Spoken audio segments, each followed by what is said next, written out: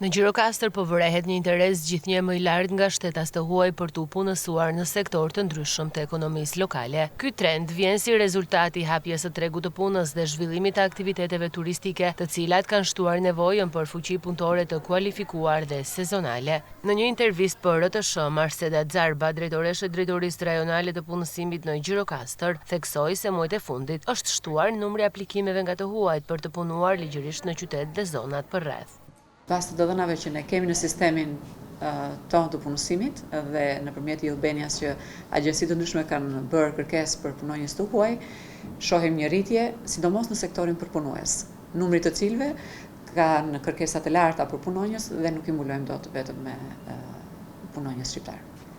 Kryesisht janë nga Filipinet, Koreja. Punonjësit e huaj kërkojnë pranë zyrave të punës të marrin lejen e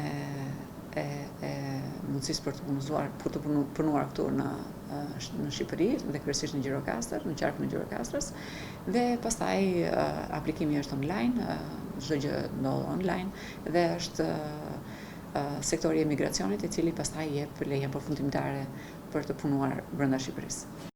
Në të njëjtën kohë, kërkesa për këta punonjës është rritur edhe nga ana e bizneseve vendase. Hotelleria, gastronomia, ndërtimi dhe disa shërbime të specializuara janë sektorët që pahasin vështirësi për të plotësuar vendet vakante vetëm me punonjës vendas.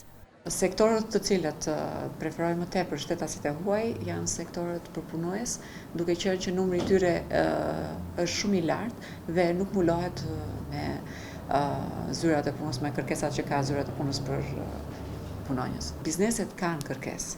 Pra, po themi, fasoneri ka kërkesë për 25 punonjës. Punësimi të huajve pritet të mbetet një trend në rritje, ndërsa institucionet publike premtojnë mbështetje për të lehtësuar procedurat ligjore dhe orientimin e të interesuarve në tregun e punës.